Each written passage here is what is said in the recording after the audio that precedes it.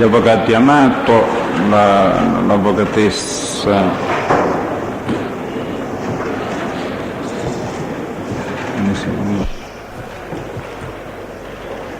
l'avvocatessa Danna, l'avvocato Giuffrida, l'avvocato Franco Russo. Lei sostituisce qualcuno, avvocato?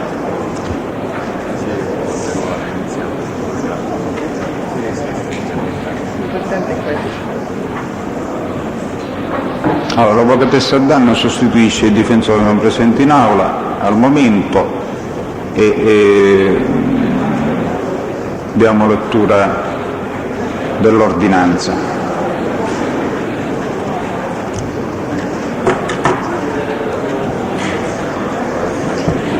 Un momento di attenzione, per favore. Diamo atto della presenza dell'avvocato Napoli. Quindi la Corte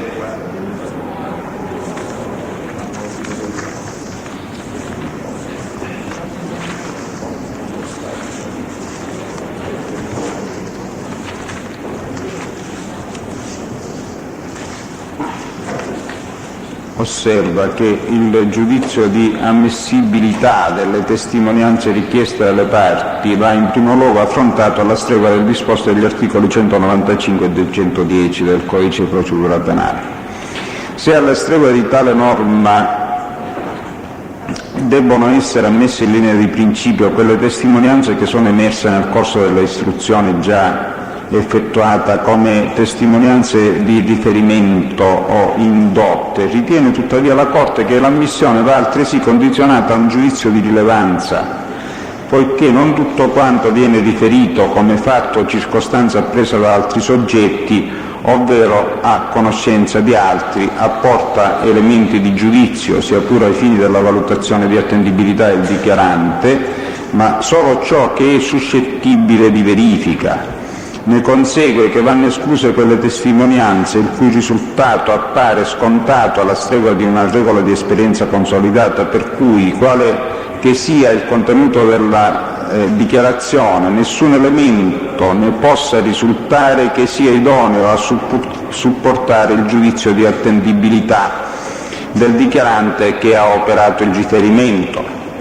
Ci si riferisce specificamente alle cosiddette chiamate in reità da parte di collaboranti, allorché trattasi di fatti costituenti reato, ovvero per i quali si possano anche eventualmente prevedere conseguenze di carattere penale a carico della persona indicata come conoscitrice dei fatti. Sembra evidente alla Corte che la testimonianza sia inquinata all'origine al punto che tale più non possa essere considerata e, riconoscendosi d'altronde alla persona chiamata a fare la dichiarazione la facoltà di astenersi e anche di riferire non conformemente a verità, sembra inevitabile la conseguente inadeguatezza della dichiarazione a supportare un qualsiasi giudizio. Testimonianze di tal fatto vanno dunque escluse in quanto irrilevanti ai fini della decisione, ancorché siano basate sul disposto degli articoli 195 e 210,5 del Codice di procedura penale.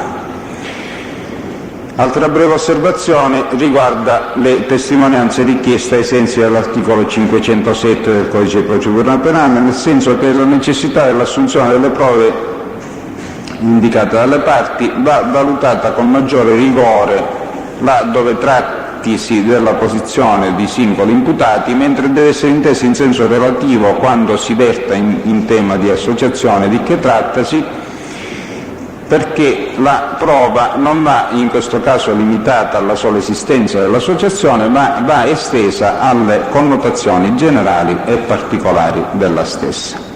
Si scende quindi all'esame delle singole richieste e la Corte osserva, quanto alla lista del pubblico ministero, che conseguentemente alle premesse vanno escluse le richieste di cui ai punti 11 e 21. Della stessa lista va allo stato omesso l'esame delle richieste relative alla posizione di imputati attualmente separate. E infine si rileva che la testimonianza di Condorelli Antonino, punto 13, è inconducente alla stregua delle dichiarazioni di Pulvirenti Giuseppe, avuto riguardo alla imputazione cui si riferisce attentato a Villa Baudo, e non va pertanto ammessa.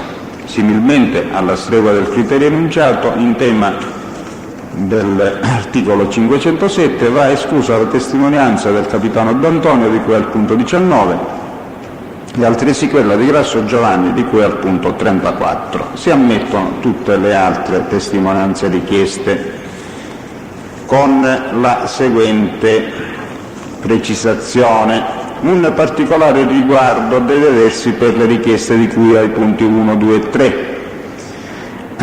In proposito, la Corte ritiene la necessità di conoscere quale sia stata la posizione del Santa Paola Francesco nella vicenda che è oggetto di separato processo e intende perciò conoscere tutti gli atti di quel processo, riservando in conseguenza al prosieguo l'eventuale ammissione di testimonianze. Dispone intanto l'acquisizione di copie dei verbali delle prove assunte nel procedimento penale 97/96 Registro Generale del Tribunale di Catania contro Santa Paola Francesco +1. La Corte ammette infine la richiesta del Pubblico Ministero di procedersi a ricognizione di persona da effettuarsi da Malvagna Filippo, in quanto atto istruttorio assolutamente necessario al fine di decidere la posizione di un imputato. Per procedersi concretamente all'esperimento si invita il Pubblico Ministero a produrre copia del verbale delle dichiarazioni del Malvagna in parte 4. Vediamo poi le liste dei difensori.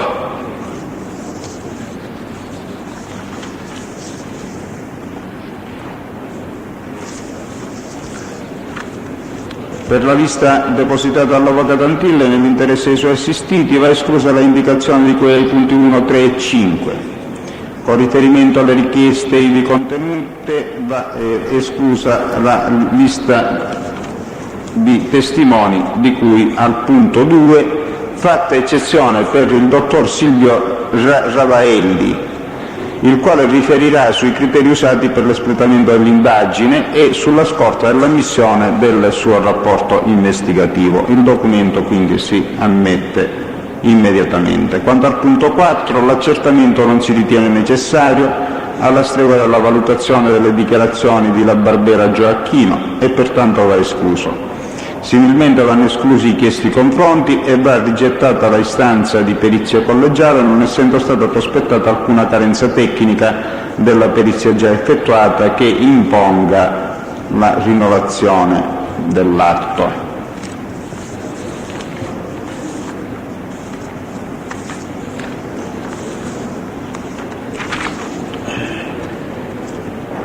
Le liste depositate dall'Avvocato Calì.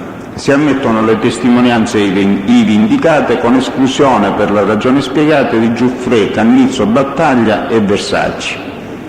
Quanto alle indicazioni degli avvocati Russo e Rizzo, si osserva che la pertinenza al tema della decisione è limitata alla sussistenza degli incontri tra Introvaia Salvatore e taluni imputati del presente processo e non si estende ai rapporti di credito e debito e alle ragioni di tali rapporti ove sussistenti. Consegue che vanno ammessi i testi di cui ai punti 1 e 2 e va escluso il terzo. Vanno ammesse le testimonianze indicate dall'Avvocato Falcone nell'interesse di Campione Andrea, dell'Avvocato Gulisano nell'interesse di Mangion Giuseppe Enzo, dell'Avvocato Catania Pertusa Francesco e dell'Avvocato D'Amico per Maugeri Nicolò, mentre vanno escluse le testimonianze richieste dall'Avvocato Gulisano nell'interesse di Mangion Francesco. Va poi esclusa, perché non è pertinente al tema della decisione, la testimonianza di Alonso Giampiero, richiesta nell'interesse di Santa Paola Francesco. Vanno escluse le testimonianze richieste dall'Avvocato Ziccone per Pesce Francesco, per quanto osservato in premessa. Si ammettono le testimonianze di Fusari e Garozzo, gestori dei ristoranti Rustico e La Collinetta nell'interesse di Fichera Alfio, del titolare della ditta Strano Case per Cesarotti Francesco. Passando alle richieste di prova documentali, la Corte si riporta a quanto ripetutamente stabilito nel corso del processo. In particolare si riafferma non sussistere preclusioni temporali sino alla discussione finale per la produzione di documenti. Quanto a quei documenti per i quali la legge stabilisce un regime particolare per l'ingresso al fascicolo del dibattimento, la Corte osserva che la necessità di introduzione si è presentata nel corso dell'istruzione dibattimentale, sicché non può dirsi operante una eventuale preclusione di carattere temporale. In ogni caso non sussiste preclusione per gli atti ripetibili di procedimento diverso e di procedimenti diversi da quello in trattazione, e infine la Corte osserva che vi è necessità di acquisire certezza storica in ordine ai fatti cui vi è riferimento nelle dichiarazioni acquisite. In materia di procedimenti di prevenzione, la Corte conferma in questa sede l'orientamento già espresso dell'ammissibilità di provvedimenti definitivi e di verbale di prove assunte in contraddittorio fra le parti. Quanto alle sentenze non definitive, in mancanza di consenso fra le parti, ritiene che l'ammissibilità debba essere subordinata a un più approfondito giudizio di necessità.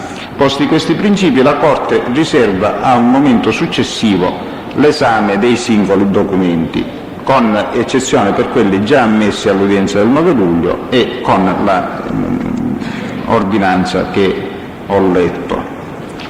Quindi si procederà con separata ordinanza per quanto riguarda la produzione documentale rimanente. Presidente, posso un attimo? Sì. Il signor Maggiore mi segnala che i testi al quale lei ha fatto riferimento, richiesti dall'avvocato Pulisano, sono per Mangioli Giuseppe e non per Mangioli Giuseppe Vincenzo, che è il figliolo. Credo che lei abbia detto Giuseppe. Sì, ho detto Giuseppe Enzo, allora mi correggo nel senso che si tratta di Mangioli Giuseppe. La seconda cosa, Presidente, sì, che volevo segnalare era questo. Poiché la Corte ha disposto di requisire gli atti relativi al punto 1, 2 e 3 per Santa Paola Francesco. Guardi, per la precisione è il punto 30 della... Punto 30. Io chiedo di essere ammesso anche a produrre il dispositivo col quale è stato assolto perché il fatto non sussiste con sentenza di ieri.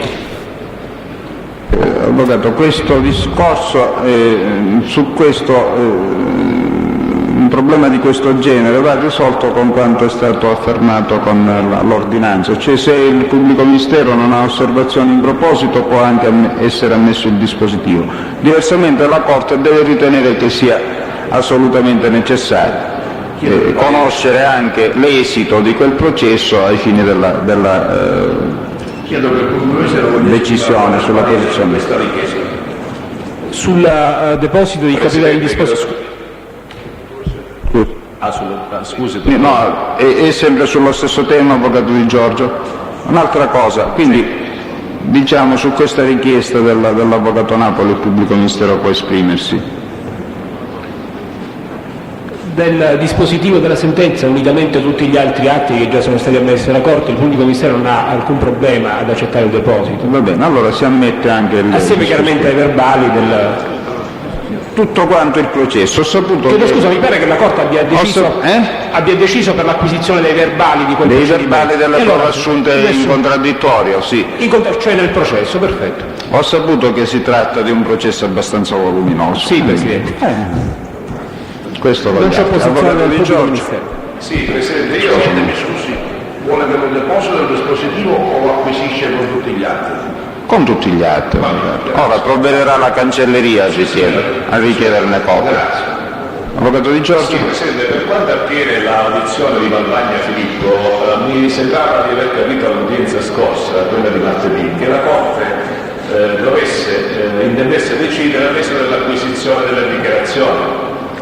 Ha sentito che l'orientamento, cioè la decisione che è stata adottata è leggermente diversa. Cioè si acquisisce ugualmente quella dichiarazione ai fini dell'esperimento che si ammette senz'altro. C'è una ricognizione formale. Una ricognizione formale di persona. Avvocato Russo? Chiedo scusa, avvocato, se la interrompo. Presidente, Sì. per quanto riguarda la ricognizione che dovrebbe fare Malvagna, Sì. posso? me lo deve restituire. Chiaramente il pubblico ministero in esito alla ricognizione dovrà fare poi delle domande al Malvagna, mi sembra ovvio, certo. In esito alla ricognizione... Sì, su questo si vedrà, domanda si dovrà decidere sull'ammissibilità di domanda per domanda. Certo, chiaramente se dovesse riconoscerlo pone domanda, se non dovesse riconoscerlo non è necessario delle domande, perché se no rimane soltanto un conosco quella persona. Va bene? Allora possiamo procedere, abbiamo testimoni stamattina. Sì, Presidente, volevamo comunicare che nel fascicolo del PM sono stati depositati i verbali di interrogatorio reso da Cannella Tullio e il verbale di assunzione di informazioni rese dall'avvocato Vincenzo Geraci.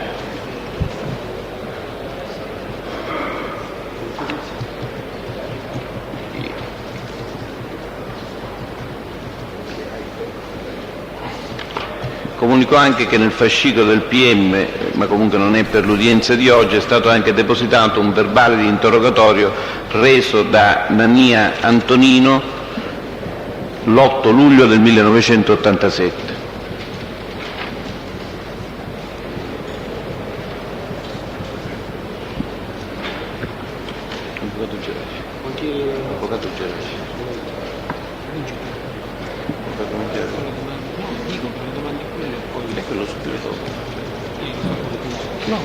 Introducendo qualche testimone? Signor Pubblico Ministero, mi scusi. L'avvocato Geraci. Si accomodi, avvocato, si accomodi da questa parte. Prego. Buongiorno.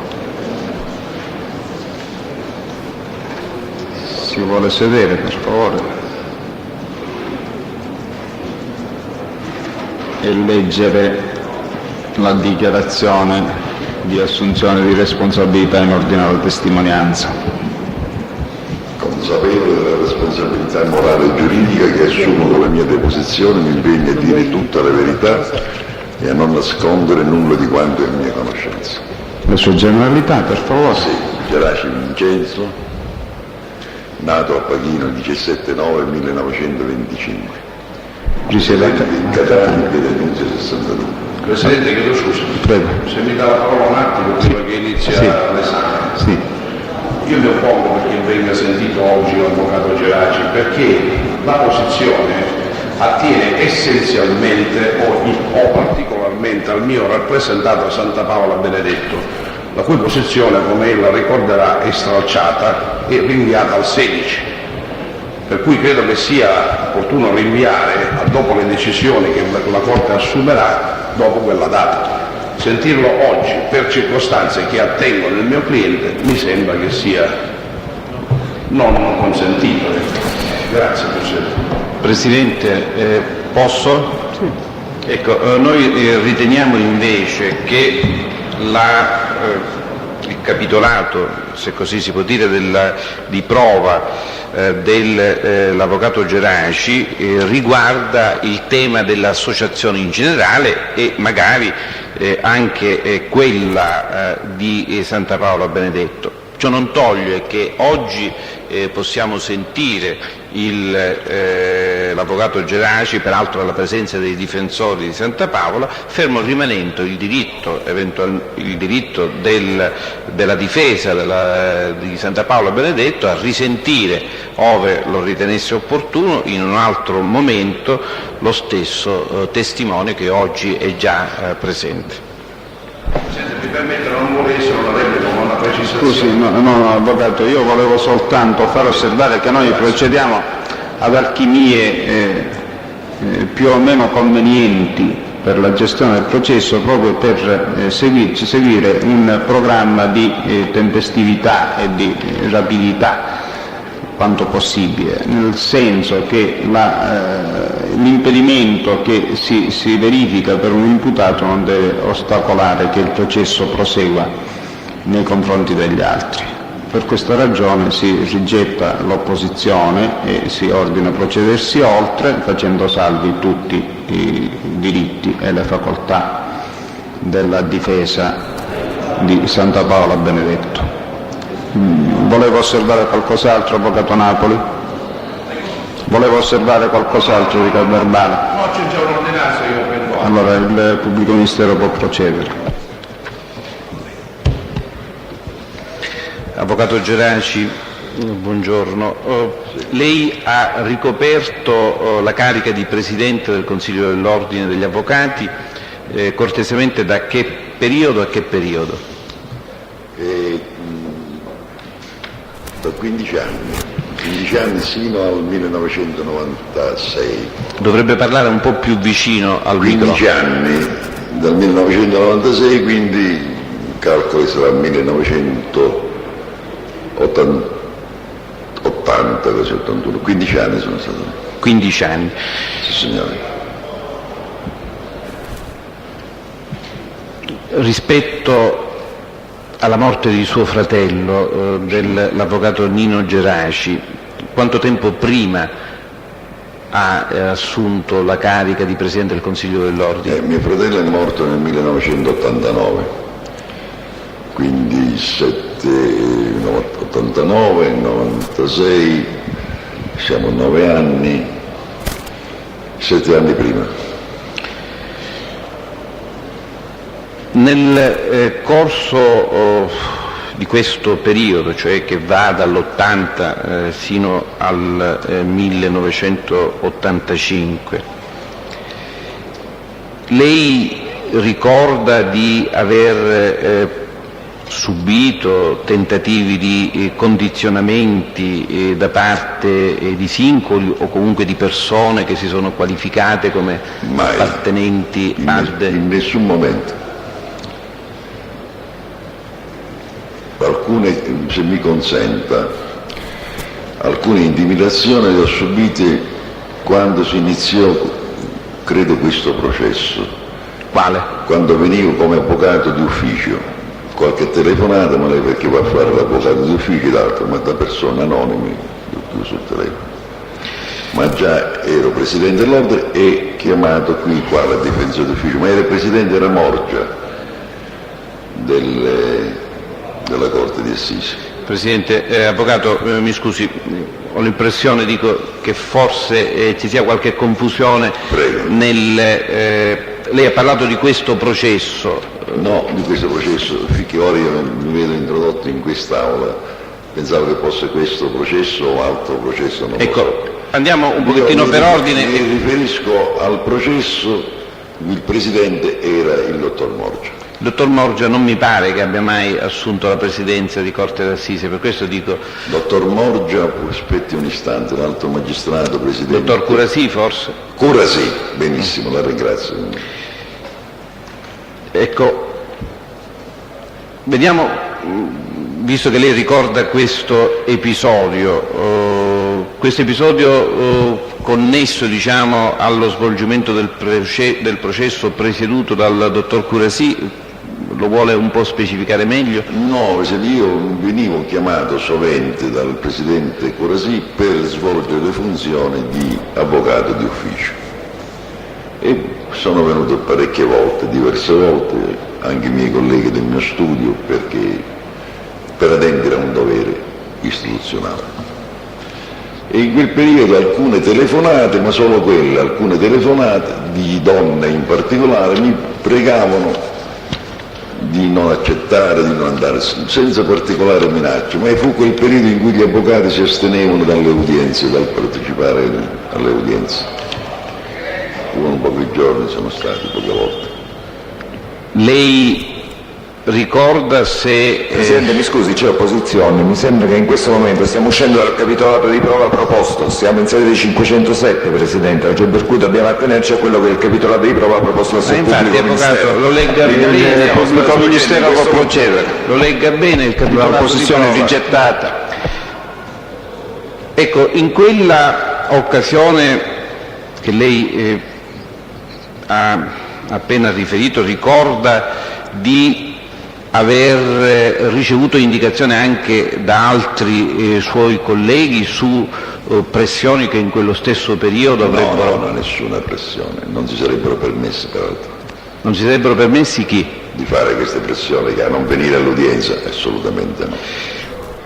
La domanda è questa. se lei ricorda di aver ricevuto indicazioni da suoi colleghi penalisti circa diciamo, coincidenti pressioni che essi stessi in occasione di quel processo a cui lei ha fatto riferimento avrebbero subito. No, se un consigliere, mi dispiace, non posso dire nulla perché non sono...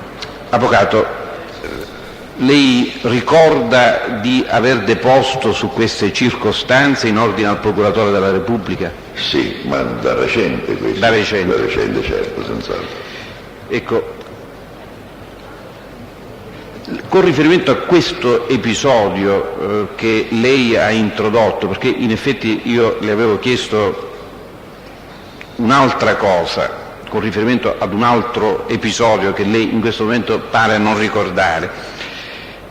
Con riferimento all'argomento introdotto da lei quando è stato sentito, e quindi è una contestazione, il 16 gennaio del 1996 dinanzi ai procuratori della Repubblica, al procuratore della Repubblica, al procuratore aggiunto e ad un altro sostituto,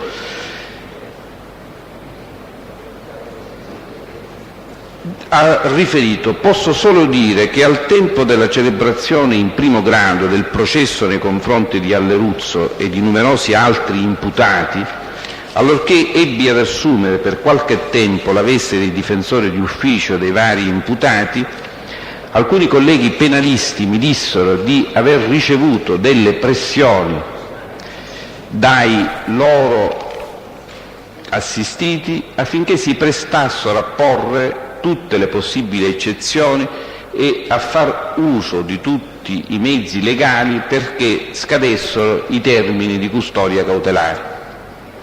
Presidente, chiedo scusa. Quando ha finito lei, dottore Bertone, io dovrei intervenire. Sì, signor Presidente, mi scusi, quando la signora vostra ritiene dovrei intervenire anch'io, Presidente. Consente, Presidente? Se ha finito il mio di fare la contestazione. Allora, io non ho fatto in tempo, per la verità, a seguire esattamente il contenuto. Stavo leggendo quanto dichiarato e quanto inserito in quel verbale, in quella dichiarazione. Se avessi fatto in tempo, ma lo faccio adesso in sede di contestazione, mi sarei opposto alla domanda per l'assoluta genericità. Ella intende di come si è chiesto, è stato riferito dal teste, di penalisti in senso lato. Fin troppo ovvio che una domanda così fatta, proprio per la anonimità, per la genericità, non consente, a quanto è mio modo di vedere, un accertamento di fatto che possa essere utile.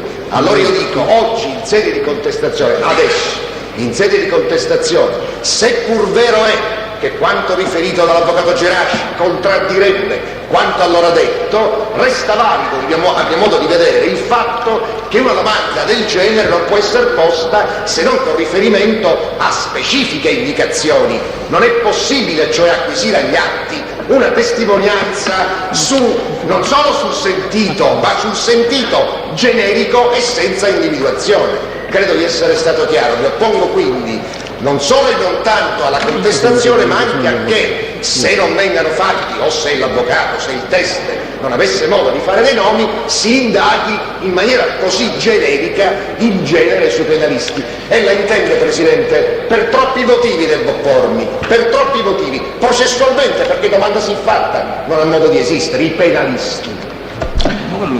Avvocato, posso lei, Presidente? Posso io, Presidente? Avvocato Passerelli. Sì, grazie, Presidente.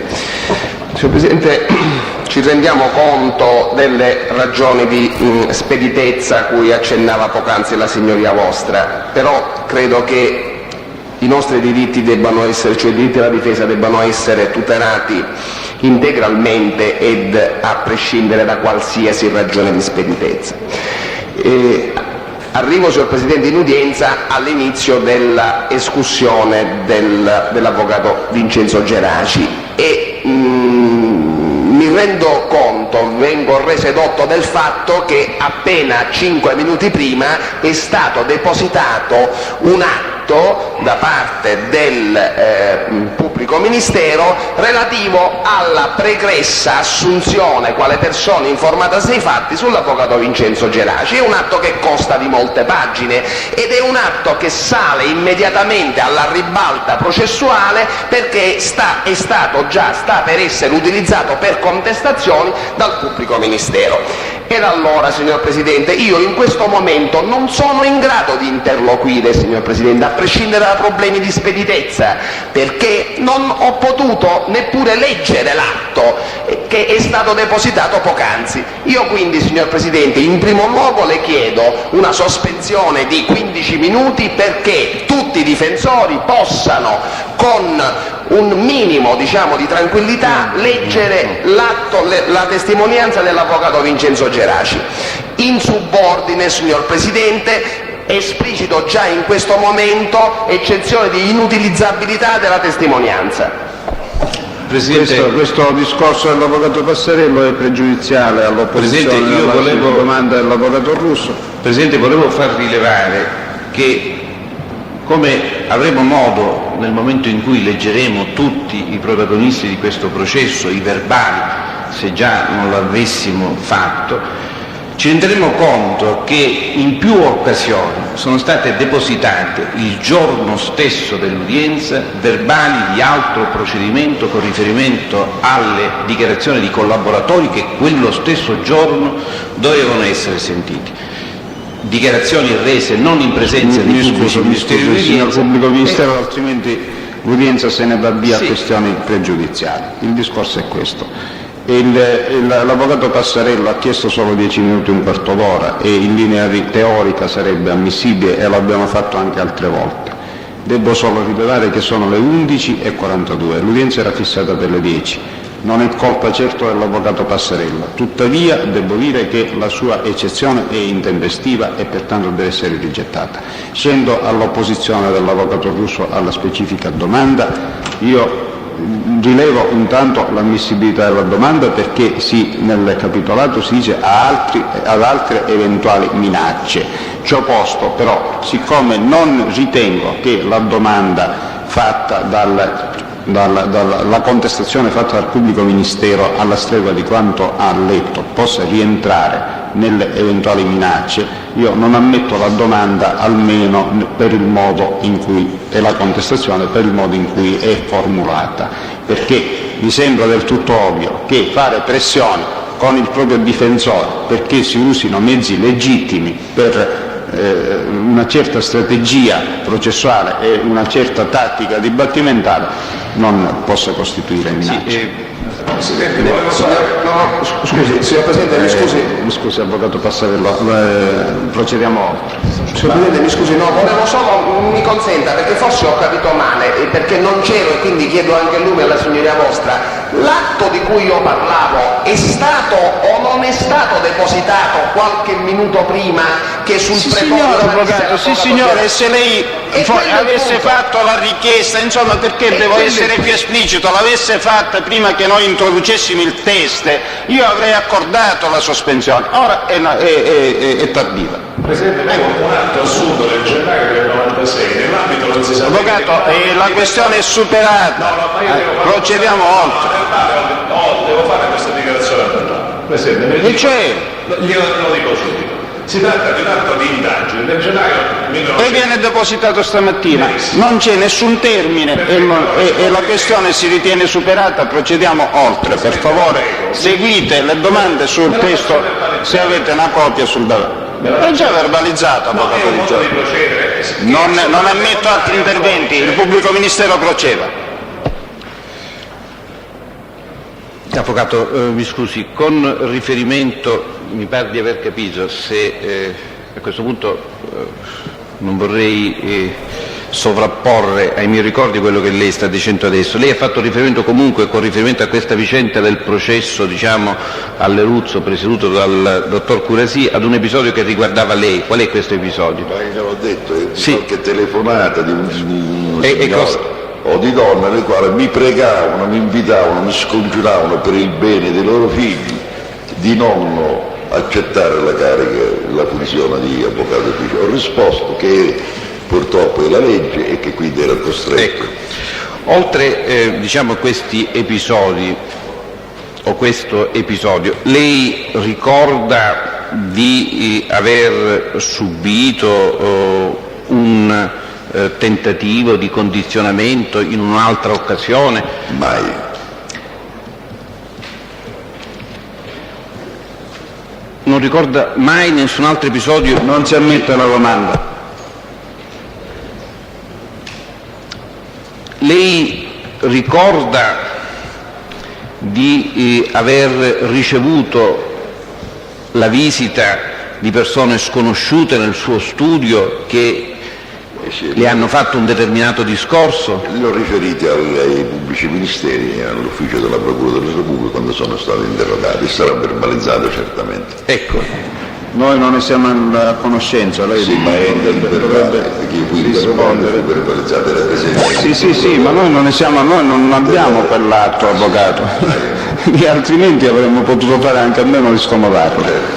ecco, Quindi dovrebbe rispondere a questa domanda. Presidente, solo per precisare una circostanza, laddove io ho fatto una domanda che non mi è stata consentita. In effetti l'espressione tentativi di condizionamenti è un'espressione che si desume dallo stesso verbale e sono parole, almeno questo è il verbale che ho davanti, utilizzate dall'avvocato Geraci. Quindi quando io ho fatto la domanda... La pregherei, signor Presidente, se mi può leggere questo punto. Perché dico questo perché non si tratta di una suggestione del pubblico ministero. Lei, quando è stato sentito, ha specificato quali erano questi tentativi di condizionamento di cui le veniva chiesto. Le veniva chiesto da parte del pubblico ministero se aveva patito tentativi di condizionamento e lei rispondeva di sì e accennava a 2 episodi. Questi episodi soltanto che sono verbalizzati. Allora, dovremmo parlare di questo episodio perché, ripeto, col nuovo codice tutto quello che lei ha dichiarato, avvocato, lei lo sa benissimo, per entrare nel fascicolo del dibattimento ha bisogno della sua deposizione orale in questo momento. È molto semplice perché, ripeto, confermo quello che ho già dichiarato, così avrà il controllo più obiettivo e più completo. Scusa, c'è stata una formale contestazione o ho capito male io? No, non c'è stata una formale contestazione. Quindi è stata una precisazione che ho fatto al Presidente, ho ritenuto doveroso fare al Presidente perché non vorrei che si pensasse che l'espressione tentativo di condizionamento fosse un'espressione usata così. È un'espressione che è contenuta nel corpo di una risposta data dall'avvocato. Non è una contestazione. Allora, avvocato, cortesemente, vuole riferire questo episodio di questa visita di persone? Lei ha parlato di 2 episodi, l'episodio è unico e solo. Sì, probabilmente il secondo episodio è quello che ha già indicato, quello del processo. No, questo episodio, cioè della visita di 2 persone. Sì, questo è uno. È uno, non ho più né visite né telefonate da nessuno. No, volevo dire, siccome era l'inizio della verbalizzazione, i 2 episodi probabilmente sono quello di cui ancora deve parlare e quello di cui ha già parlato, cioè della telefonata ricevuta. Ora ci siamo compresi. Quindi, avvocato, cortesemente, se appunto questo episodio della visita ricevuta di cui ha fatto, per la quale è stato sentito dalla Procura della Repubblica. Sì, questo episodio è contenuto in termini molto brevi. Una sera così, più che non tardissima ora, verso le 19:20, la mia segretaria mi annuncia la presenza di 2 persone che avevano appuntamento con me. Guardo l'agenda, non c'era nessun appuntamento. Sono venuti 2 signori ben vestiti, uno più basso, un altro più alto. L'ho descritto tutto in quel verbale, signor Presidente, i quali, dopo un preambolo brevissimo in cui dicevano che gli avvocati non possono fare nulla, sono vittime dei giudici, i picciotti sono molto preoccupati, per questi i ragazzi sono molto preoccupati per questi incontri frequenti tra avvocati e magistrati. Ma quali sono questi incontri? È stata organizzata una partita di calcio tra i giudici e gli avvocati. Lei è avvocato e il presidente dell'ordine? Sì, ma invitiamo, la preghiamo, Toni Garbati, di impedire questa partita di calcio. Io non conosco se c'è organizzata una partita di calcio, se si farà questa partita di calcio, ma poi che cosa c'entra il presidente dell'ordine?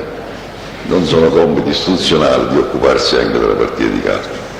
Ma sa perché? Perché i ragazzi o i picciotti, non lo sono preciso, sono disturbati da questa comunione tra avvocati e magistrati, da questi incontri tra magistrati, perché si sentirebbero quasi, non dico traditi, ma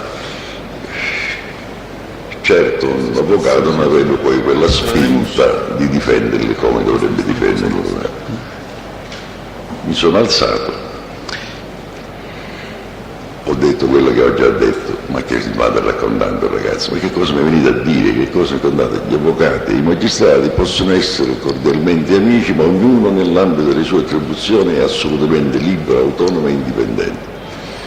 Anzi, uno di questi mi disse: se c'era suo fratello l'avvocato mio, i rapporti sarebbero stati migliori. Lui ha invitato ad andarsene e se ne sono andati. Sempre fino a quando hanno abbandonato l'ingresso, l'uscio, hanno detto: avvocato, ma lei può fare tanto per impedire che si faccia la partita di calcio, null'altro. Non c'è stata nessun'altra cosa, se ne sono andati, hanno salutato i modi gentili, garbati, anche se la presenza, io vedo, è chiaro che lasciava intendere, poteva lasciare intendere a me che provenissero da fonti certamente non pulitissime. Non ho sentito, avvocato. Sono stati estremamente garbati, gentili, signorili.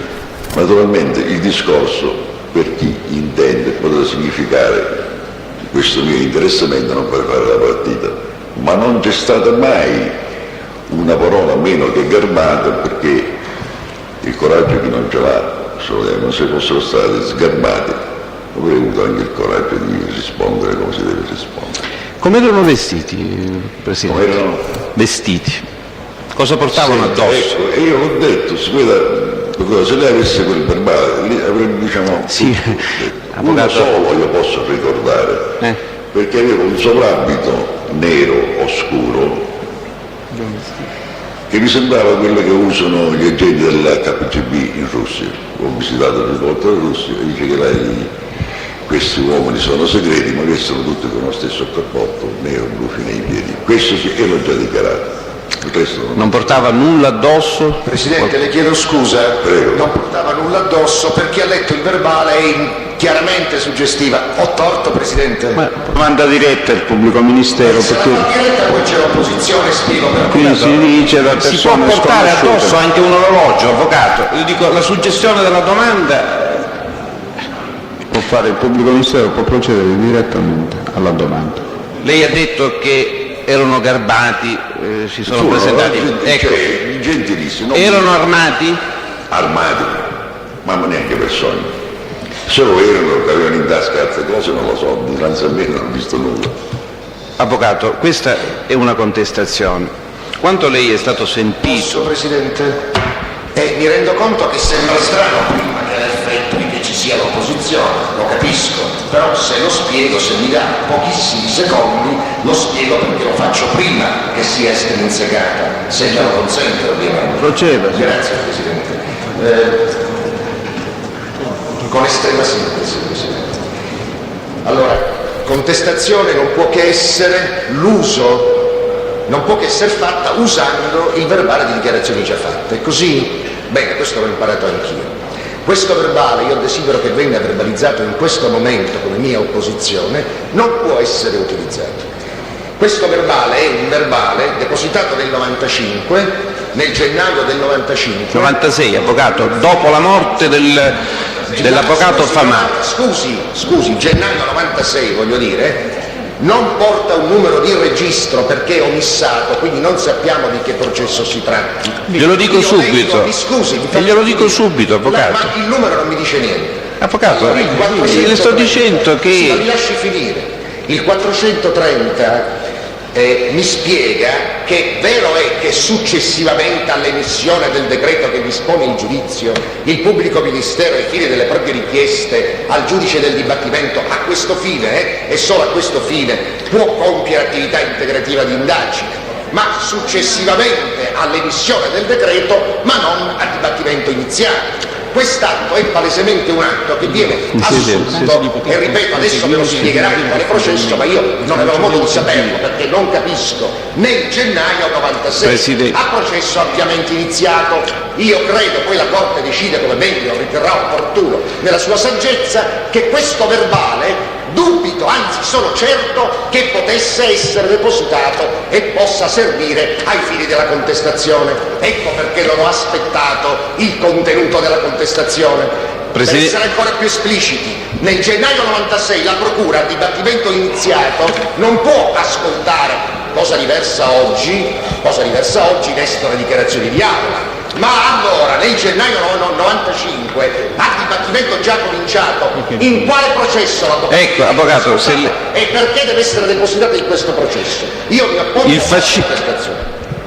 Io vorrei fare altre considerazioni, ma proprio per sintesi non le faccio. Mi limito a dire che dalla lettura di tutto il verbale si potrebbe desumere facilmente la sede e l'occasione storica in cui quel verbale venne assunto, ma visto che il difensore non lo ha inteso, lo esplicito. Perché non ho avuto neanche il tempo di leggerlo, per essere sincero. Avvocato, è capitato che anche lei ha depositato, ripeto, lo stesso giorno verbale di dichiarazione. Per favore, non facciamo polemica. Quindi il verbale è stato assunto dalla Procura della Repubblica nel corso delle indagini relative all'omicidio dell'avvocato Serafino Famà. Il verbale è inserito ed è stato assunto nell'ambito di quelle indagini.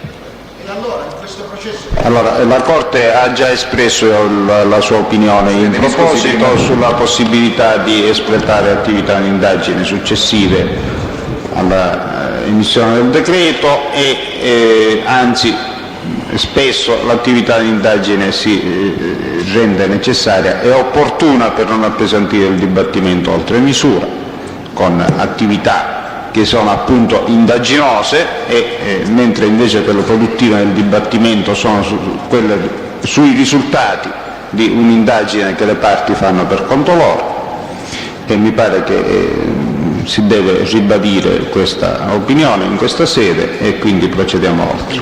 Quindi si rigetta l'opposizione. Un attimo, solo per dettare a verbale l'opposizione. Mia opposizione da parte di questa difesa è che si proceda ad eccezioni e a controllare di cui è in possesso, in quanto, e questo riferimento lo faccio precipuamente alla sentenza numero 1708 del 94 della Cassazione, prima sezione, gli atti di indagine successivi all'apertura del dibattimento possono semplicemente essere oggetto di richiesta da parte della Procura ai fini dell'assunzione di una nuova prova, nella forma proprio in cui oggi noi stiamo agendo, ma ciò deve avvenire in piena eguaglianza e paritarietà con le altre parti private, con le altre parti presenti all'interno del processo. Per tale ragione, Presidente, io formalizzo la mia eccezione, medio tempore verrà deciso. La ringrazio.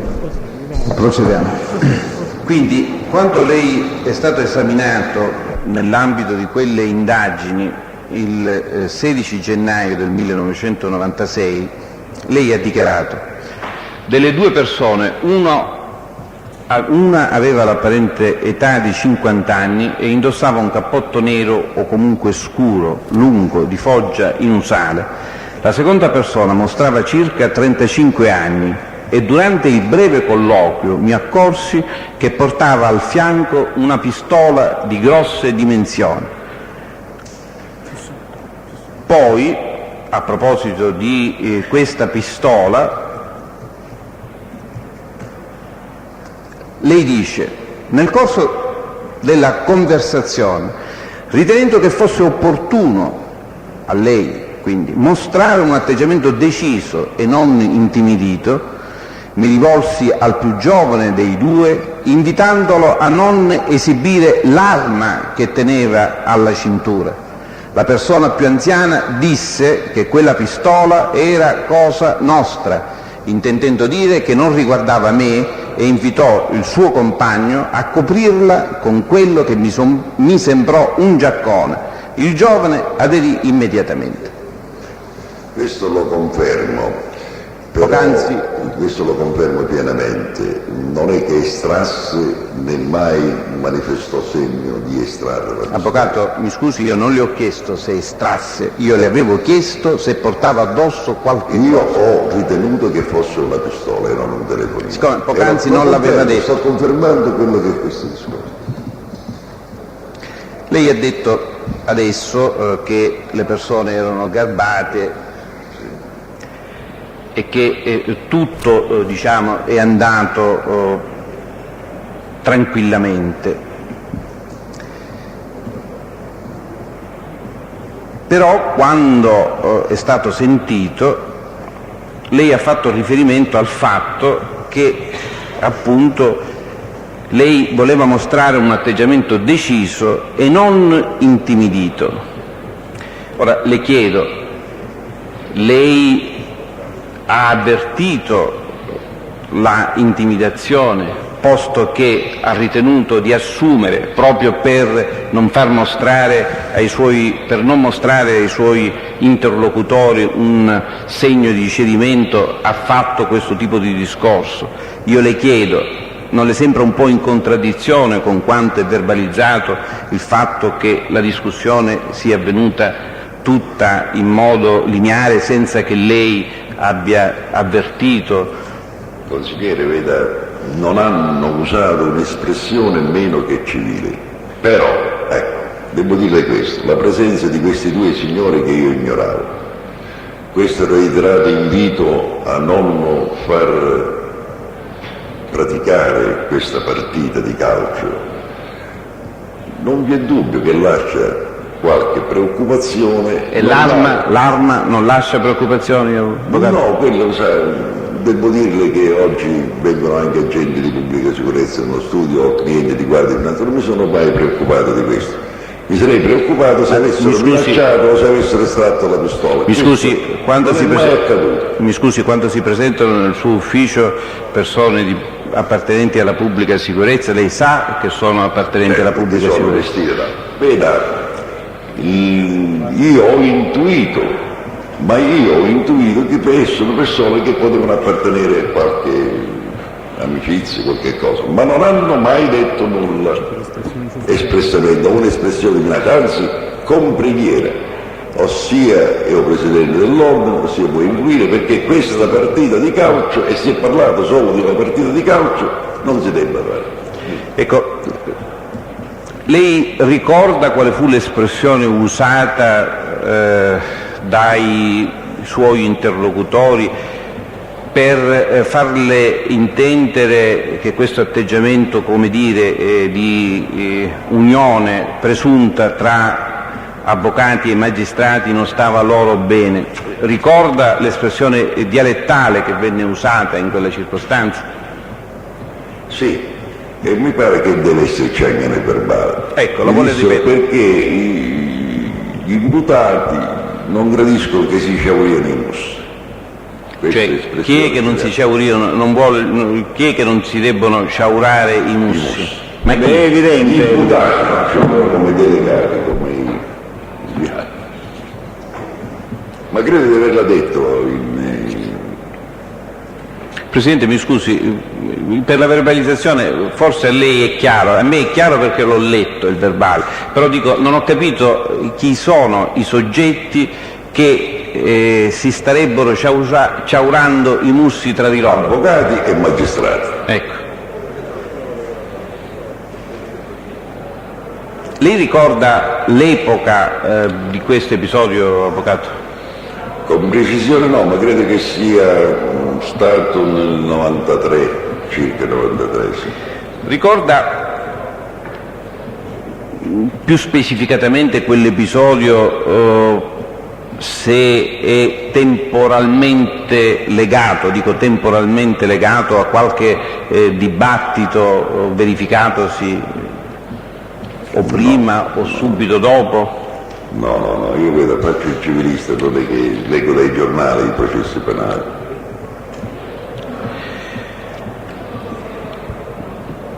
Lei fu più specifico quando venne sentito il 16 gennaio del 96, in quanto ha detto che questo episodio, anche questa è una contestazione, ebbe a verificarsi circa 2 o 3 anni fa, e questo non è materia di contrasto, ma ricordo che circa una settimana dopo vi fu un dibattito con l'intervento di avvocati e magistrati presieduto dall'avvocato Dato e al quale intervenne anche il procuratore della Repubblica. Sì, ma questo è un fatto successivo dopo. Sì, ma io... Ma non so, la domanda da chi mi fu fatta dai pubblici ministeri, disse sì, è vero, c'è stato poi un dibattito organizzato, mi pare, dalla Camera Penale. Mi sembrava la domanda, anzi, non lo so perché, fu organizzato dalla Camera Penale questo dibattito. Parliamo di 3 anni fa circa.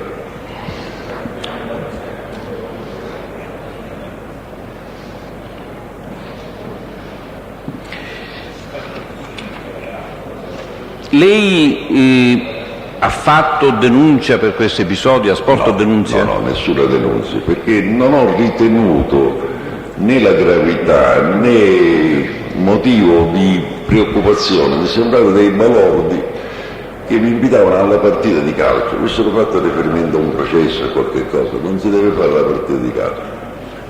Non ho attribuito, come non ritengo di non attribuire, nessuna particolare importanza. Lei, sulla base di circostanze obiettive o di riferimenti particolari, ha potuto stabilire se si trattasse di una iniziativa personale di quelle persone o se piuttosto si trattasse di un messaggio? Io ho ritenuto che era un'iniziativa di queste persone, certamente legate ad altre, perché si riferivano a una partita di calcio dove i giocatori erano persone diverse dalla loro, questo non c'è dubbio. Io non ho capito, un'iniziativa... Questa iniziativa, loro lo hanno dichiarato, io l'ho già detto, i ragazzi non sono contenti di questa partita di calcio, perché i giudici e i magistrati renderebbero una comunione a noi che dispiace a quei ragazzi. L'ho ripetuto questa cosa, mi pare, signor Presidente. Tutto qui. E quali furono le considerazioni per le quali lei non ritenne di fare denunzia per questo? Ha risposto sulla domanda. E che l'ho risposto? Ha risposto, non si ammette, avvocato, mi scusi, mi scusi, non è necessario che la ripeta, ha risposto già.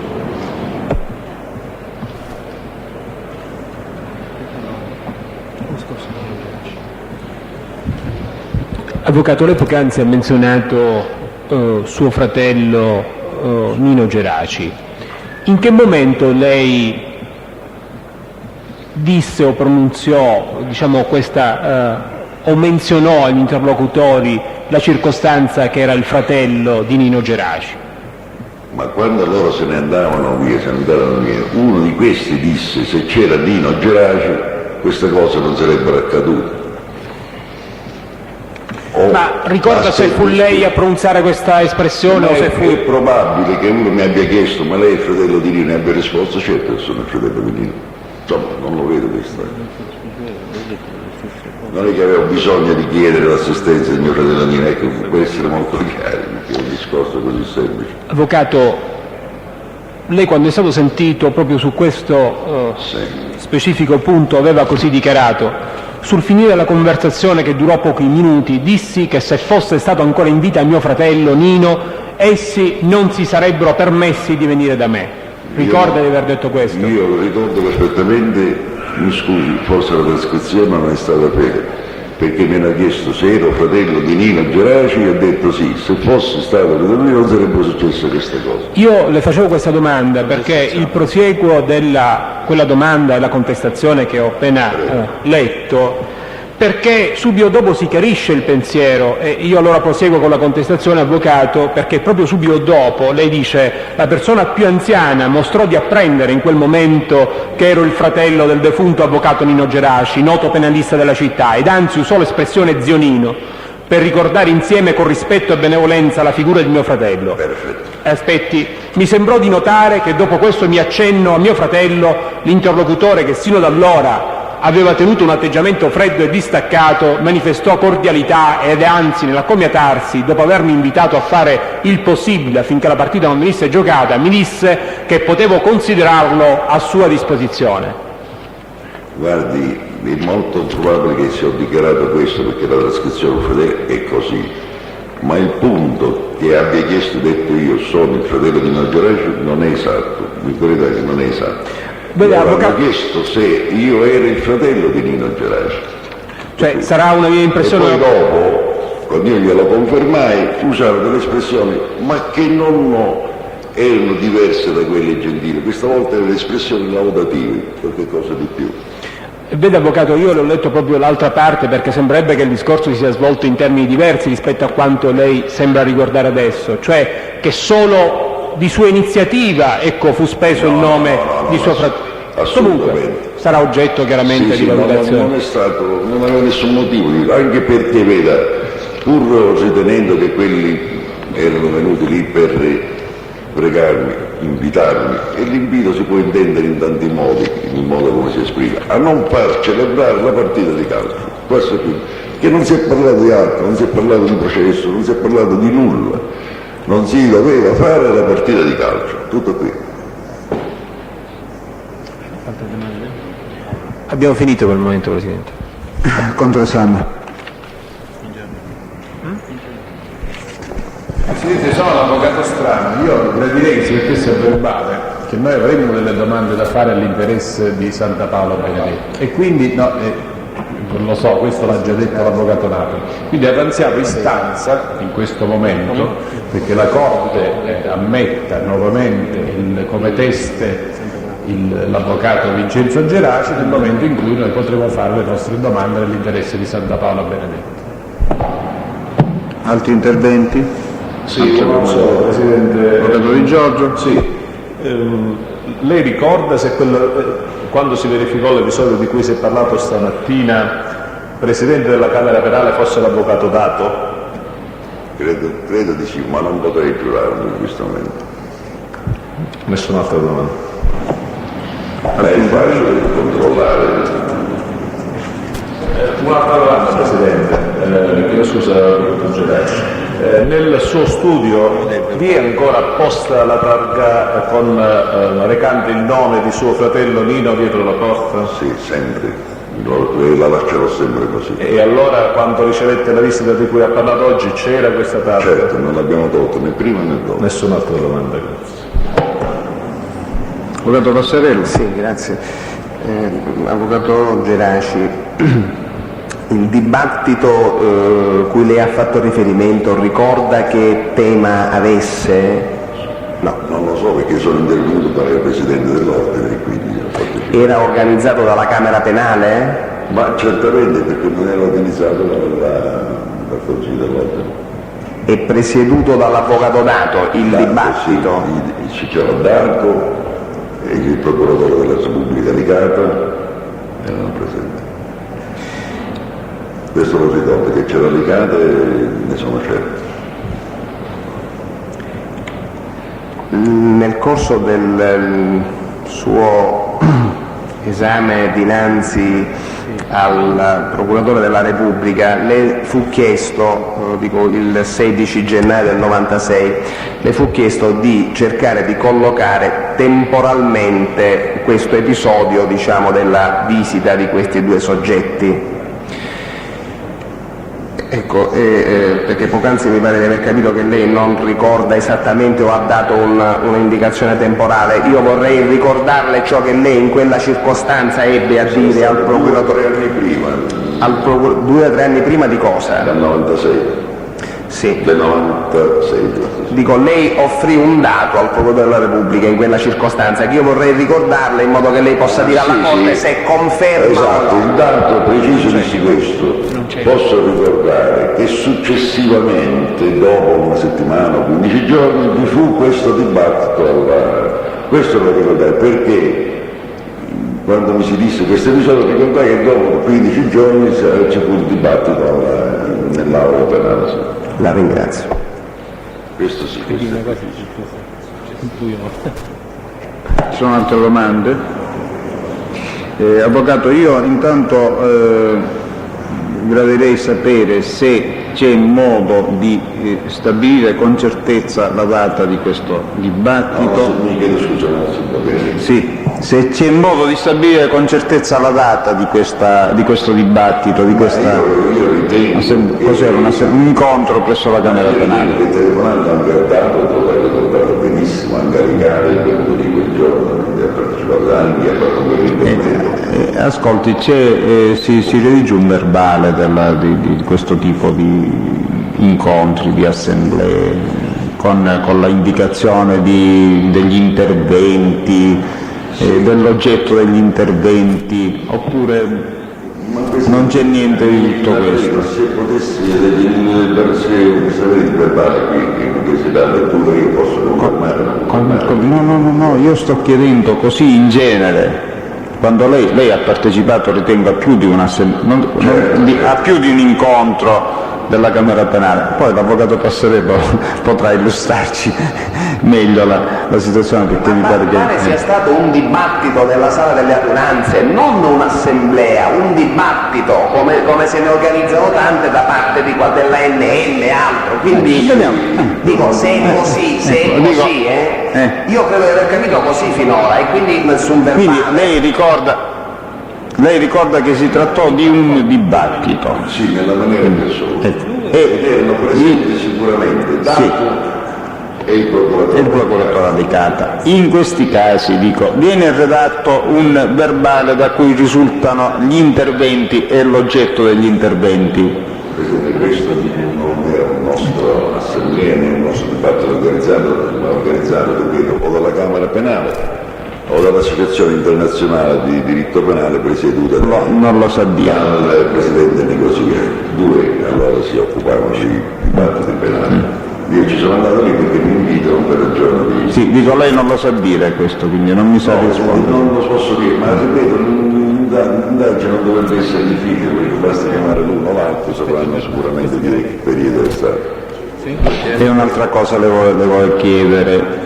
Di questa visita, lei ha fatto parola, riferimento pubblicamente?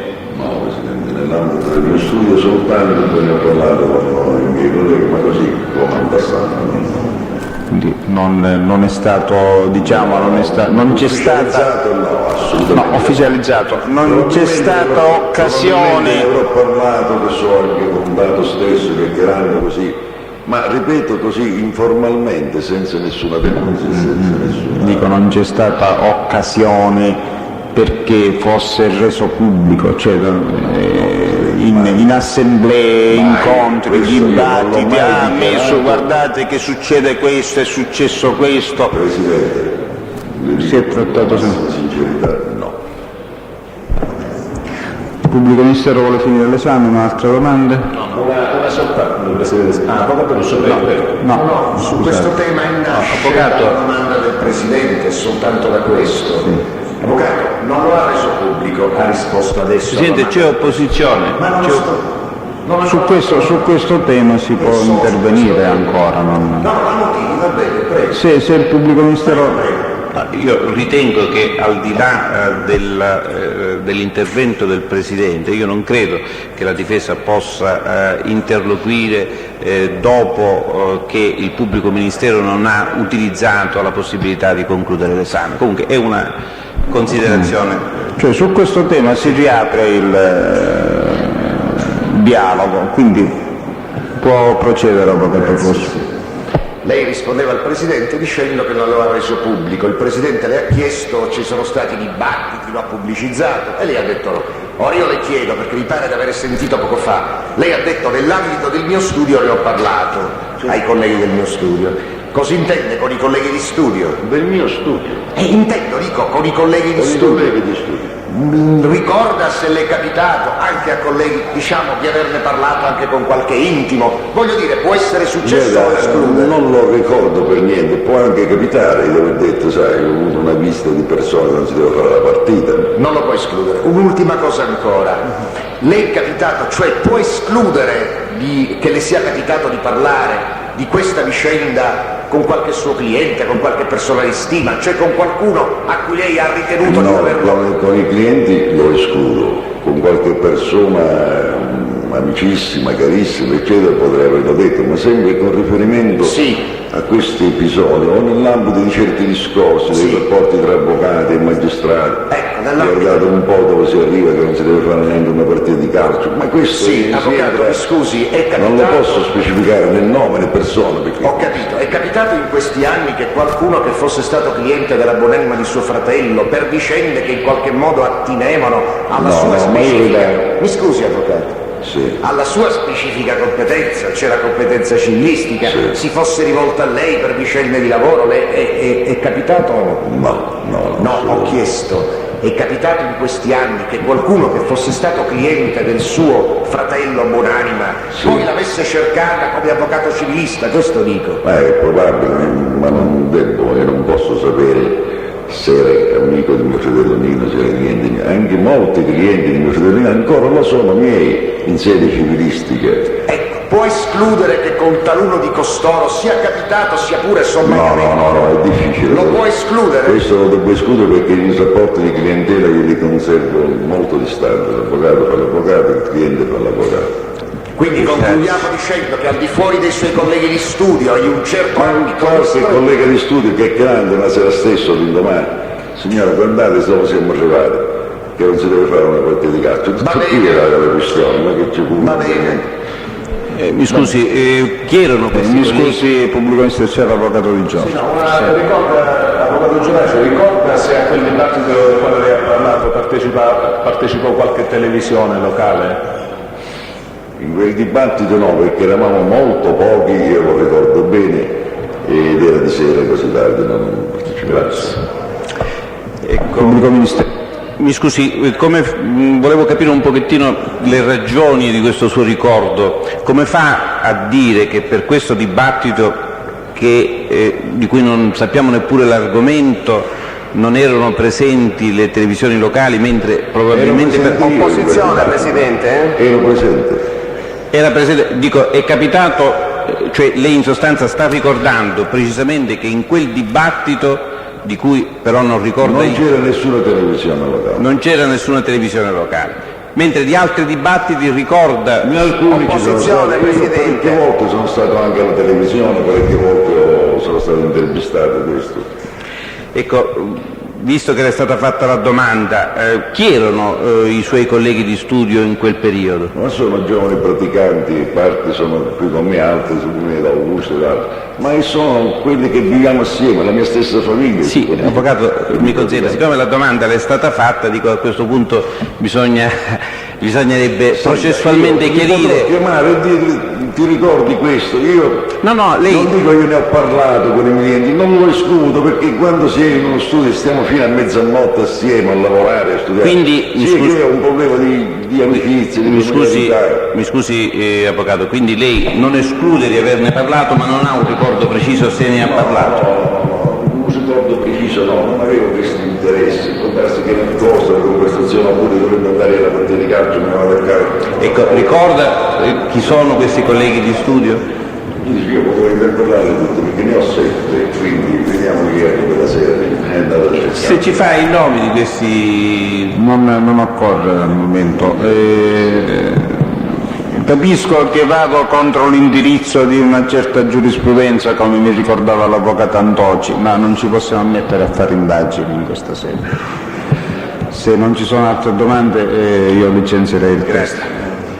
Avvocato Geraci, probabilmente la dovremmo disturbare nuovamente per quanto ha esposto e rappresentato l'avvocato Strano.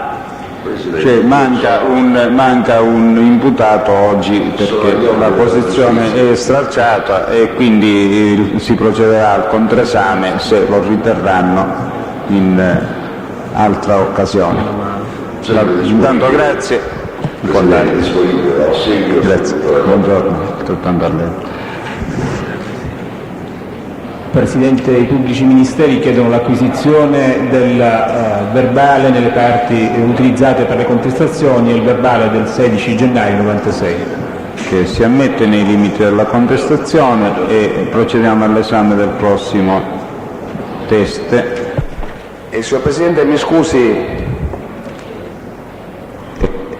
sempre a proposito, Presidente, del mio tardivo arrivo, di cui ora porterò il peso, il carico per tutta l'udienza, per alleviare questo carico, Presidente, se c'è una copia informe dell'ordinanza da lei letta, potremmo esaminarla assieme anche ad altri colleghi ritardatari come me. Spero, Avvocato, di poterla procurare per il pomeriggio. Ora c'è un manoscritto leggibile anche per me stesso quasi. Ho avuto difficoltà a leggere l'ordinanza. L'ordinanza no, Presidente, mi pare che mi è stato riferito che sono stati esclusi solo alcuni testi, almeno questi ce li può ripetere? Questo lo posso ripetere senza. Visto che non ho i numeri, tra l'altro è differente.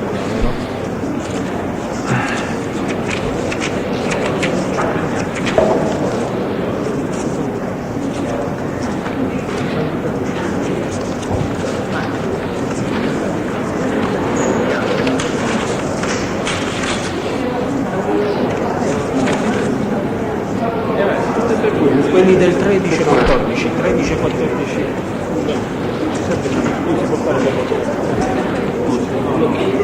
Sono stati esclusi i testi di cui ai numeri 11 e 21 della lista del pubblico ministero. Non lo sappiamo, però c'è 21 sarebbe il dottore Piazza, 11 sarebbe Attavile Angelo. Anche il 13 mi pare o no? Poi vediamo un momentino, 11 e 21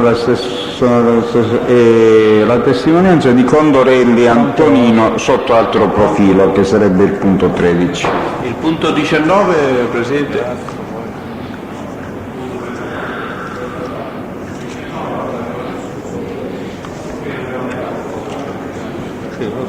La testimonianza del capitano D'Antonio di cui al punto 19 e altresì quella di Grasso Giovanni di cui al punto 34. E poi le testimonianze di cui ai punti 1, 2 e 3 però allo Stato.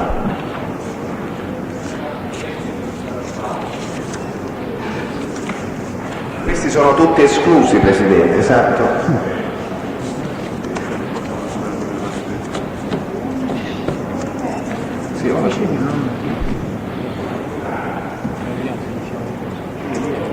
Il prossimo teste? Presidente. Mi scuso, non avevo davanti. Lei è il signor? Messina.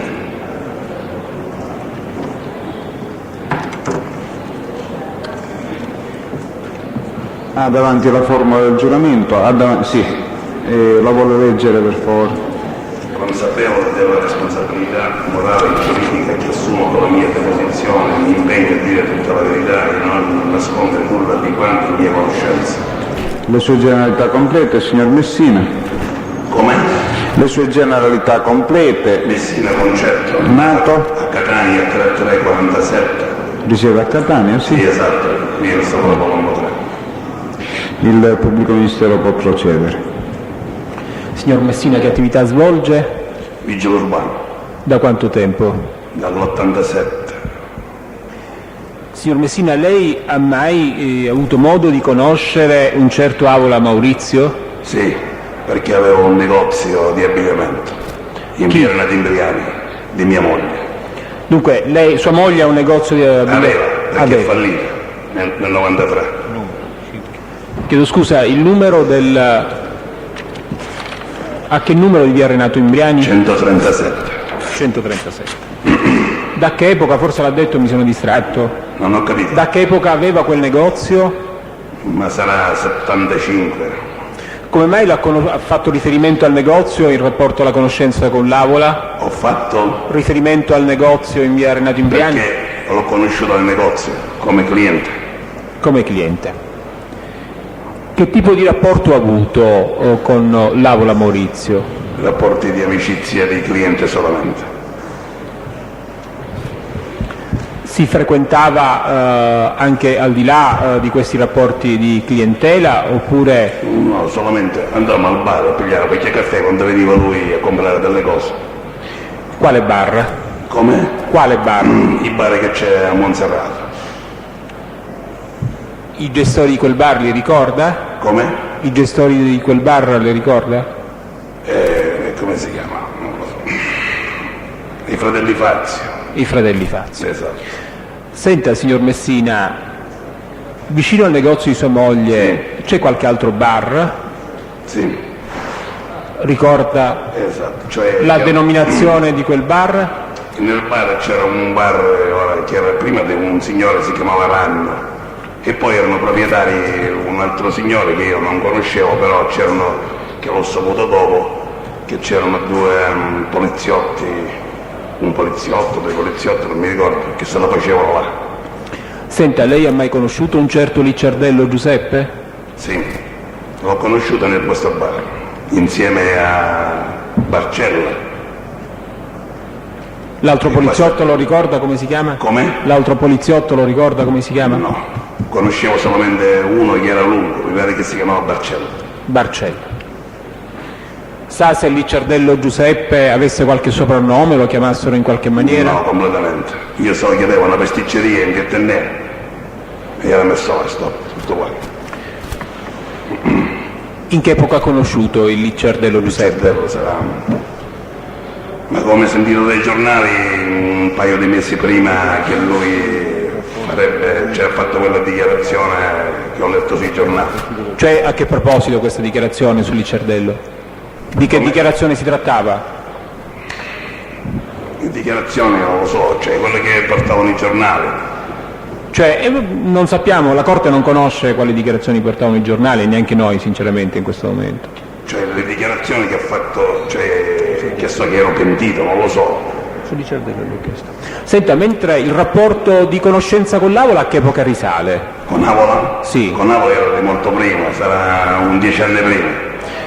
Era ragazzo quando ho conosciuto, 20 anni aveva Avola quando l'ho conosciuto. Dunque, 10 anni prima se lo possiamo più o meno collocare come anno? Come? Se lo possiamo collocare come anno? Sì. Siamo negli anni 80 sì, mi sembra. Esatto, bravissimo. In che anno negli anni 80? Come? In che anno degli anni 80 più o meno? Ma sarà 81, 80 o 82, non mi ricordo preciso. Non è che... Senta, quando ha detto che sua moglie ha aperto quel negozio? Sarà 75, 76, cose di questo. 75-76, lei ha detto poc'anzi una data 87 se non sbaglio. 87? Ho sentito male io? 87 quando ho preso il posto di vigile urbano. Ah, ho capito, quando ho preso il posto. Dunque, il bar vicino al negozio di sua moglie, Sì. lo frequentavate pure? Lei lo frequentava? Non è che lo frequentavo, ci andavo qualche volta perché c'era il Maurizio Avola, oppure veniva in negozio e andavamo là. Prendeva il caffè, poi lui parlava con delle persone, ma io me ne andavo perché lui sempre me ne mandava. Lei sapeva dell'attività svolta dall'Avola, di cosa si occupasse? Niente completamente. Fino a che epoca è durata questa frequentazione con l'Avola Maurizio? Ma fino a che lui cadesse, penso, che ha fatto il pentito, non lo so. Senta una cosa, lei che autovetture ha posseduto dall'83-84? Io ho posseduto una Delta. Delta? HF. Una Delta Che HF. poi l'ho venduto, e poi un Mercedes 200 coupé che poi l'ho venduto anche. Ho comprato quello e poi l'ho venduto. Sì. Perché avevo una casa a Trieste e l'ho venduta, di mia madre. Sento una cosa, lei ha venduto macchine di sua proprietà, chiaramente, o prestato autovetture ad Avola Maurizio? Sì, la Mercedes del più. La Mercedes c'è? Esatto, qualche volta era di matrimonio, mi diceva che era di matrimonio oppure doveva portare qualche ragazza in spasso, che la prestavo. Solo la Mercedes? Solamente la Mercedes, qualche volta anche forse. Senta, Sì, mi dica. ci può dire il numero di targa e della Lancia Delta e della Mercedes? Non me lo ricordo ora, perché saranno 3 anni, non lo ricordo completamente. Senta, lei ricorda se ha prestato qualche volta la Lancia Delta, l'HF a Forse Maurizio qualche Avola? volta glielo dato, ma non mi ricordo di preciso. Perché lui mi diceva poi che ha avuto dei fermi. Con, A ogni ha avuto dei fermi, me lo diceva, mi hanno fermato la questura. con quale macchina? Ma non mi ricordo uno o l'altro. Sì. Senta, e solitamente quando gliela prestava che tempo se la teneva il Maurizio Avola? Ma anche mezza giornata. Oppure massimo, che lo No. ricordo? Un massimo non c'è stato, cioè sempre poi la macchina l'avevo io la sera. Sì. Oppure qualche altra volta non mi ricordo. Sì, Senta, qualche se altra volta non può mi ricordo. indicare gli anni, se le ricorda chiaramente signor Messina, in cui ha posseduto la Lancia Delta. Come detto, Gli anni in cui ha avuto la Lancia Delta? gli anni, ma penso che saranno 90, 91. Mentre la Mercedes, il CE? La Mercedes poi l'ho comprato, cioè prima ho venduto questa macchina e poi ho comprato la Mercedes, sarà il 92.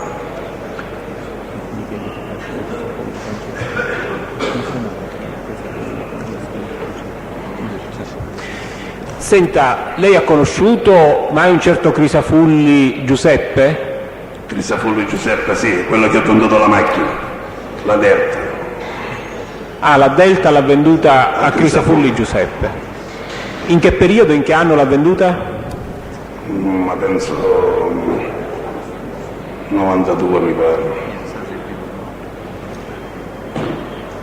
E lo conosceva già da prima il Crisafulli Giuseppe? No, lo conoscevo perché certe volte io la domenica facevo delle passeggiate a Ognina e vedevo il Maurizio Avola. Lo vedevo, mi soffermavo là 10 minuti e ho conosciuto questa persona, basta più. Senta, lei ha mai conosciuto un certo Crisafulli Francesco? No. No. Vabbè.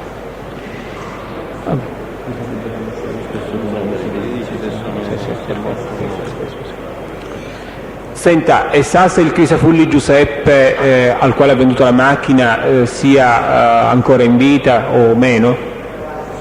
Non glielo so dire questo. Non me lo sa dire. Senta, lei conosce un bar denominato Shelly Bar? Shelly Bar. Shell Bar, scusa. Sì. Che è quello là che c'è in Corsa Italia, che è quello che c'è in Corsa Italia. Non è che lo conosco, cioè ho fatto servizio certe volte al viale, cioè il viale Libertà con il Corso Italia. E andavo là che torno a tagliare il caffè stop.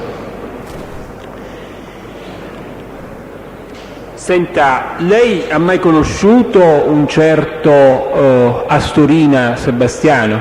Sì. Chi è Astorina Sebastiano? Astorina è un costruttore che ho conosciuto allo Shell Bar. Allo Shelly Bar. Ricorda più o meno l'epoca in cui ha conosciuto l'Astorina Sebastiano? Ma sarà nel 90 penso. Nel 90. L'occasione per la quale le fu presentato o comunque come ebbe a conoscerlo, la ricorda? L'occasione? Sì.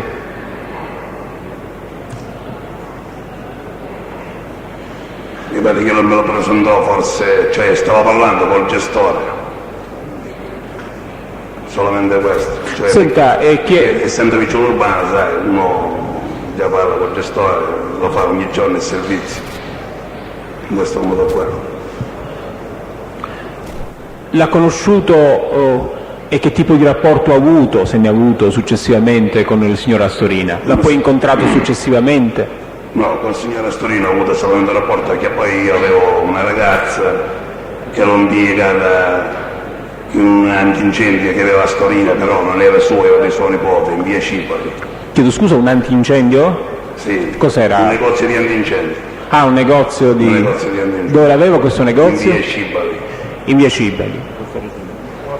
Cifali o Cibali? E alla salita per andare allo stadio della tribuna B, Cifali. prima del semaforo Sì, sulla sì, sinistra. nella zona di Cibali. Esatto, questo. Senta, lei ha avuto modo mai di parlare anche di vicende personali con l'Astorina? Vicende personali di chi cosa? Cioè, l'Astorina che tipo di rapporto aveva col signor Astorina? Un rapporto amichevole, solamente questo qua. Chiedo scusa, non ho sentito, mi sono distratto. Era un rapporto amichevole. Sì. Salutare, caffè, parlavamo del più del meno, dell'attività mia, certe volte le vendevo qualche camicia di pura sera, tutto qua. Senta, lei sa che vetture possedesse il signor Astorina? Sapevo che aveva una Ferrari, taggata a Padova perché l'ho vista una volta, tutto qua. Sa se aveva anche altre autovetture? Poi aveva anche un BMW, perché era sempre in giro col BMW che lavorava, un BMW 520, non mi ricordo. 520. Senta, lei sa se l'Astorina ha mai subito atti di intimidazione o attentati? No, una volta parlando con lei, lui mi disse che l'avevano sparato, tutto qua. Cosa le disse esattamente, lo ricorda, signor Messina? Io ero di servizio al semaforo di Monserrato, e allora ci incontrai alla Storina, prendemmo un caffè, dice non lo sai che cosa mi è successo? Dice no, dice mi hanno sparato, tutto qua. Allora, lei era al semaforo di via Monserrato? Sì, con via Renato Imbriaco, con via Renato vicino al mio negozio. Era in servizio? Sì. Senta, esattamente le disse l'Astorina dove ebbe a subire questo attentato? No, dove è stato subito non me l'ha detto. Mi ha detto solamente che mi hanno sparato, ma io non... Ma come nacque questo discorso, signor Messina? Ecco, Che perché si sforzi, capisco che magari sarà passato... Era parecchio tempo che non lo vedevo. E mi ha detto in questo modo qua. Mi ha detto spontaneo. Cioè, come nacque il discorso? Non lo sai, mi hanno sparato? No, niente, eravamo al bar. E dice, non lo sai cosa mi è successo. Quale bar eravate? Nel bar questo qua di Fazio. Di Fazio. Dice, non lo sai cosa mi è successo. Dice, no. Dice, mi hanno sparato, dice, l'altra sera. Non ne so. Che si chiamava Nello, io lo chiamavo Nello. Nello. Senta, sa se l'Astorina avesse figli? Come? Sa se l'Astorina avesse dei figli? Figli, sì, uno. Salvatore mi pare che sia. Ma l'Astorina disse che avevano sparato proprio a lui? Che avevano sparato proprio... Mi ha detto, mi hanno sparato. Allora io sono scappato. Ma poi non abbiamo parlato di niente perché io ho rapporti che avevo con l'Astorina. Ero semplicemente che vendevo delle camicie e giravo avevo della roba che era più fine e allora ce la vendevo a quella là che avevano più soldi, questo qua. Senta, lei sa se il Maurizio Avola conoscesse il signor Astorina? No. Non lo sa? No. O non lo conosceva? Non lo so se lo conosceva. Non lo sa. Vedrei la voce. Ricorda se ha avuto modo mai di parlare con il Maurizio Avola di questo? Come detto? Ricorda se ebbe mai a parlare con il Maurizio Avola di questo episodio accaduto all'Astorina? Sì, glielo disse una volta. Ho detto, c'è una spada a Nello. Che sì. Ecco, però mi faccia capire, sì. Lei ha detto non sa se il Maurizio Avola si conoscesse con l'Astorina, ora sta dicendo hanno sparato a Nello. Se hanno sparato a Nello gliel'ho detto io. Anche sì, ma mi sembra così di capire che il Maurizio Avola potesse individuare la persona di cui lei stava parlando. Non mi ricordo di preciso. Signor Messina, se lei parlando con Avola dice, so. Giusto per capire noi meglio questa situazione. Ma io lo disse così, ci hanno sparato a Nello Astorina perché sapevo che Nello era qualche cosa che raccontava. Che era non so come era combinato perché non entravo nei rapporti con delle persone. Chiedo scusa signor Messina, Sì. lei ha detto il Nello era una persona che... Che contava, pensavo, non lo so. In che senso che contava? Che so, sull'ambiente, non lo so. Cioè, ci faccia capire meglio, in quale ambiente, sa, una persona può contare in 1000 ambienti, Nell'ambiente della malavita. Lei come sapeva questo, che l'Astorina contasse nell'ambiente della malavita? Perché una volta me lo disse un amico mio. Ricorda chi è questo amico suo che le disse? Questo amico mio era Francesco Lombardo, che è morto. Francesco Lombardo Pescivendo. Quando è morto il Francesco Lombardo? Presidente, scusi, c'è opposizione alla domanda perché si tratta di un accertamento che prescinde dall'oggetto della testimonianza del signor Messina Concetto. Può rispondere, si rigetta l'opposizione. Perciò diciamo, Quando è morto il Lombardo quando è morto non mi ricordo se era 8 anni, 9 anni. No? come è morto? Di morte naturale Franco o... Lombardo io lo conoscevo da piccolino, perché eravamo quasi nello stesso quartiere, Cioè quale quartiere? della pescheria. Che sta musca. Un po' di pazienza signor Messina. E il Lombardo come è morto, lo sa? È stato ucciso. Non lo so, non so più niente. L'anno e più o meno lo ricorda? Sarà 89, 88, non mi ricordo preciso. E perché appunto parla con Avola proprio con Avola dell'attentato subito dall'Astorina? No, ma gliel'ho detto così. No, siccome lei poc'anzi mi riporta una sua risposta, cioè ha detto siccome l'Astorina era uno che contava, poi è precisato nell'ambiente della malavita, lei perché lo dice ad Certe Avola? volte era uno che so, trova un amico e poi per dire qualche cosa magari ingenuamente glielo dice così senza nessun motivo. Messina, ma lei sa se l'Avola o meno avesse rapporti con la malavite? No, questo non lo so, completamente. E allora perché parla con Avola dell'Astorina? Perché Me le sto dicendo era una persona che contava nella malavita? tanto per dire qualche cosa di parlare, perché non avevo nessun rapporto con Maurizio Avola. Maurizio Avola solamente il rapporto, prendeva il caffè, parlavamo di donne, tutto qua. Va bene così.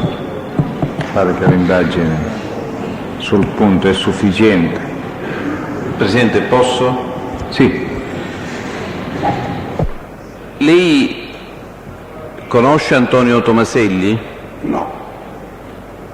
Senta una cosa, io conoscevo qualche persona perché frequentavo il modo, però non sapevo né cognome né nome, completamente.